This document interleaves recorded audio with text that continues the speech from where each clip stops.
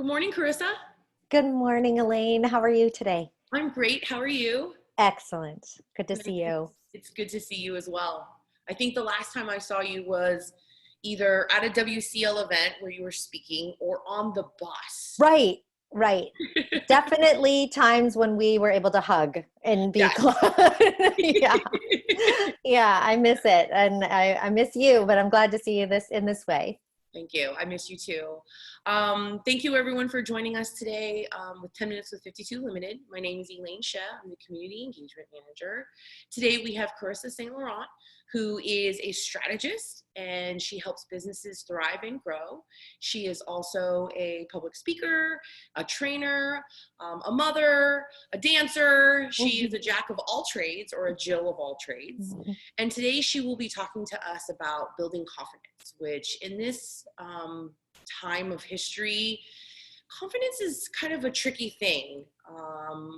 You know, you may have had it prior to the pandemic, you may have some confidence now, but I know that after all of this changes, it's really going to shake up how people feel about themselves and how they enter the workforce and how they show up in homes and in their personal lives. So I'm really excited to have Corissa talk to us a little bit more about how we build this muscle, so to speak. Great. Well, I'm excited to share with you too, and I'm going to go ahead and share my slides. Good morning, everybody. I am excited to share this topic with you. It's something near and dear to my heart because I didn't start out this way. So it's not something that, I came out of childhood feeling like I'm ready to take on the world and I'm so confident I can do anything I want. This was quite a struggle for me or coming out of my childhood, I would say, really coming out of my college years, just a huge struggle to mine this confidence, feel naturally confident. I didn't want it to feel like something I was making up, I suppose. But we'll get into that and get into really how it developed for me. The system that I am sharing with you today, which you can all develop as well, and excited to share because everyone is really truly able to gain the kind of boldness which comes from believing in yourself.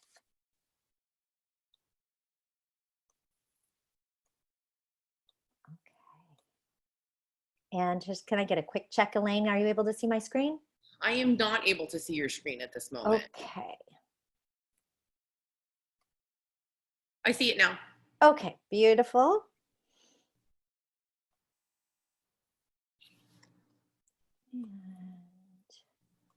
And are we full screen? I just see a white screen. A white screen. Okay. Let's see. What is happening here? Okay. Which is so strange. When we were in the practice, yes. All right. So let's go back to the drawing board here. I'm going to share my screen again. There it is. Okay, beautiful. Yay. As Elaine mentioned, I'm Corissa St. Laurent. And if you're interested in getting in touch with me, here's my contact info. Elaine's going to send out my slides, so you'll have these to reference and therefore have my contact info. Feel free to get back in touch with me with any questions, stories, any help that you need. I'm here for you. So I want to start out by talking about where boldness comes from. Boldness is something that really is an innate trait. Right? We come into the world with all of this courage and excitement to take on all of these new tasks, right? Like walking, like talking, like all the things that we learn. And you watch it with children. I watched it with my son. I've observed it in other kids. You just see this immense effort and enthusiasm. And sometimes there's frustration and disappointment when they can't get something right, but then they're always back up, taking another step, walking forward, moving forward without any talk in their mind of, oh, I can't do this. I might as well just sit down and never learn to walk. children have this ability, this innate ability, which means we were all born with this. But over the years, over our lives, and with the things that happen in each and every one of our individual lives, sometimes we get shut down. And that shutdown can be from a number of different places, right? It could be, parents who are very critical of your steps forward in life and in your years of development. It could be coming from other authorities like teachers or coaches. It could come from just society in general, telling you that you can't do something, right? For me as a woman and a woman of color, there's certain societal, I would say, stereotypes or certain ideas in the where I grew up, which was in a very white homogenous state of New Hampshire, where even I felt a sense of oppression from just the general society in which I grew up. The fact that I didn't see any other women that looked like me accomplishing and achieving certain things. So we need models in the world. We need models coming from our parents, from our teachers, from society. We need those models to shape us into a figure of what we hope to become. And without those supports and that structure, there can be this breakdown in our confidence. So today we're going to talk about, what is boldness and how do we attain it? Or really, more appropriately, how do we get it back? Because we certainly did start off this way. So boldness is the willingness to take risks and act innovatively. It's confidence or courage. So these are things that we can feel like we don't have, but really the ability to have these is innate. It's within us. We just need to focus on the attainment of, and the attainment of that I've learned over my years is truly by believing in yourself. And that's the title of this talk, is Boldness by Believing in Yourself. So what does this entail? Believing in yourself means that you're believing in all things, your capabilities, your own thoughts, your feelings, and essentially your overall being. These beliefs can be hard to come by in a world that's telling you you can't do that, or you aren't good enough for this, or you haven't done enough schooling to be able to speak authoritatively on this subject, or you're not a certain race or a certain socioeconomic class, so therefore you have no right. There's all of these messages that we get that shape how we feel about our capabilities, what thoughts go into our minds, how we feel about ourselves. And then that give us an overall impression of our being, who we are as a person.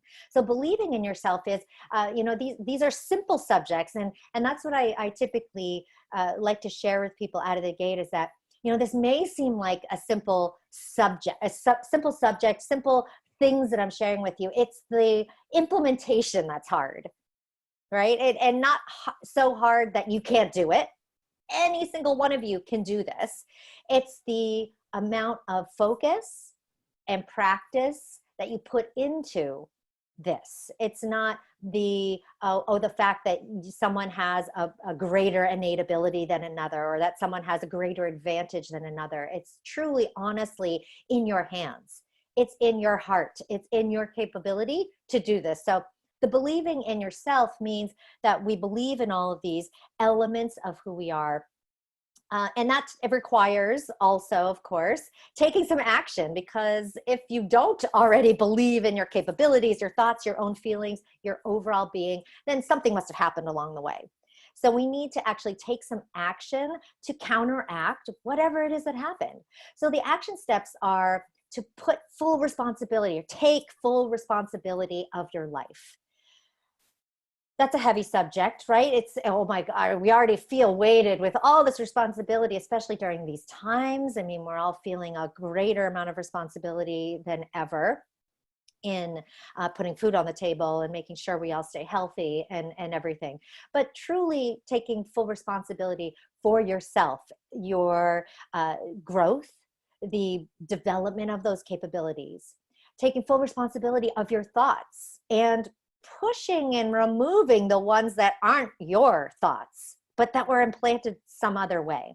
Taking full responsibility of your feelings, feeling all the feels, not just the good stuff, but feeling everything and understanding yourself better through that. And taking full responsibility for your overall being. And that requires self-love. Self-love and the focus on your pouring of love that you would give to another into yourself. The next thing you need is to have trust in yourself. Trust those thoughts and feelings, right? We want to get to a place where we are fully trusting that intuition and our gut feelings and responses. And so many of us ignore our gut because we use our rational mind and go, oh, no, that can't be true. Or, oh, wait, no, that doesn't match the worldview or whatever someone else of authority has told me. But ultimately, we know what is best for ourselves.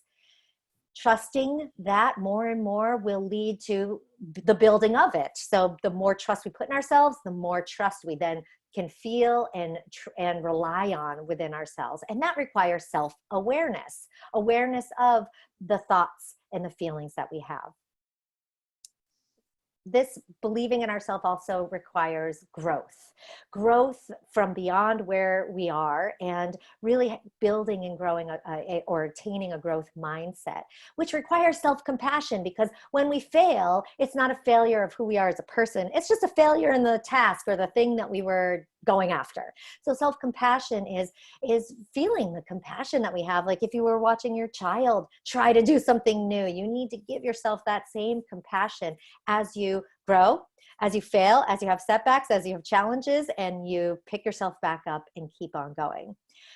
The last action step is optimism. We need optimism in order to really continue to move forward, because we do get knocked down, because failure is a part of our human experience. And that optimism requires self-motivation. So it's that, okay, I'm giving myself compassion. I'm not perfect. I am a being here who is learning. I need to give myself that. I'm aware of this. I'm pouring love into myself. And now I need to actually literally pick myself up and move myself forward. And that's where that motivation comes into play. So really, the practice in building up confidence or boldness is all in these arenas. It's in pouring of self-love, focusing on self-awareness, giving yourself compassion, and continuing to learn ways of motivating yourself, because we're all motivated by different things. We're all, and learning the ways that you are self-motivated is an important arena of self-awareness. So these are all interconnected. If we want to get to a place of confidence, we can fake it till we make it, okay? That does work, because when you fake it, you are pushing yourself. You're going out on a limb and doing something that you wouldn't necessarily do. And by doing that, you're proving to yourself, oh, you know what? I actually can do this. So it feeds back into that loop of, oh, you know what? I can believe in myself because I tried. So the faking it till you make it works because of that, because you're giving yourself opportunity to actually practice. So the practice is ongoing. I mean, it's not something, I've spoken to, hundreds of thousands of people, used my voice on stage and behind the camera, and done a lot of public speaking, which is very, frightful for a lot of people. And the reason that I have the confidence to do that is because I believe in myself. It doesn't come because of some other magical way. It comes from the work. And the work is in this practice. So I want to open it up to, do we have time for a quick discussion, Elaine? I know we had 10 minutes. I may have taken up the whole of it. Let's go ahead and play out this slide. Okay, great. So I wanted everyone to just discuss. And if you want, if you feel bold enough to unmute yourself and actually share some thoughts and feelings you have around this right now, that's fantastic. If this is something you want to just do on your own or with a friend, feel free. But I want you to think about and discuss how you cultivate, meaning how you grow it, how you nurture, meaning how you take care of it, and how you actually grow so that this becomes part of your life, this self-love, self-awareness, self-compassion, and self-motivation. So what are some of the things that you're doing? So I'll let everyone know that I don't think that this particular Zoom webinar was set up for participants to be able to speak. So you can either share your thoughts or questions in the chat box or in the QA box, or you may raise your hand and I will provide people permissions to speak. Does anybody have a thing that they would like to chat, or a question, or some type of reflection that they would like to share?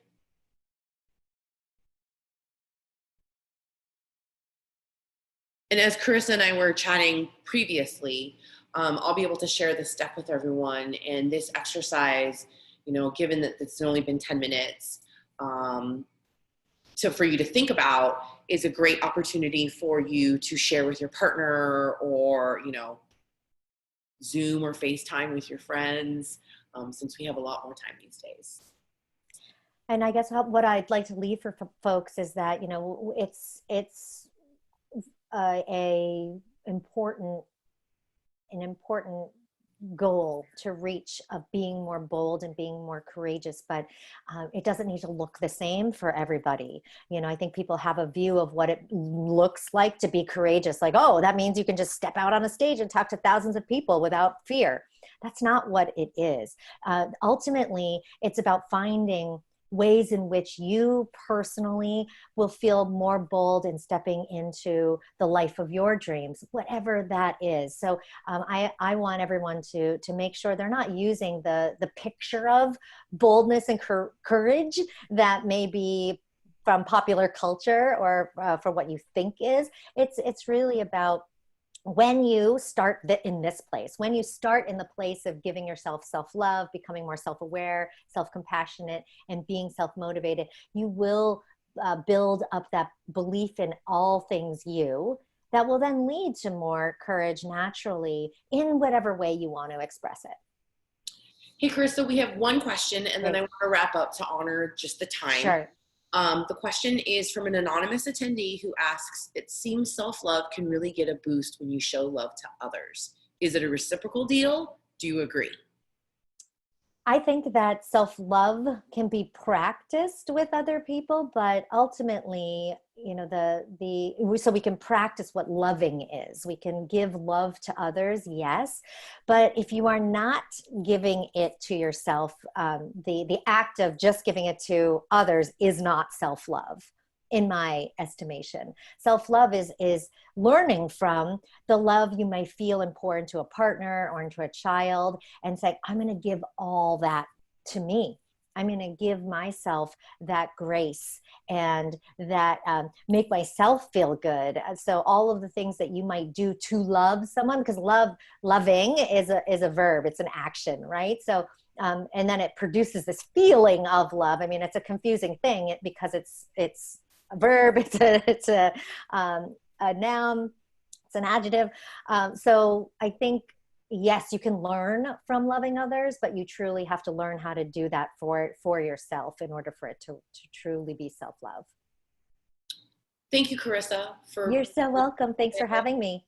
So nice to see your face. And I want to thank everyone for joining us for 10 Minutes with 52 Limited. Have a great day.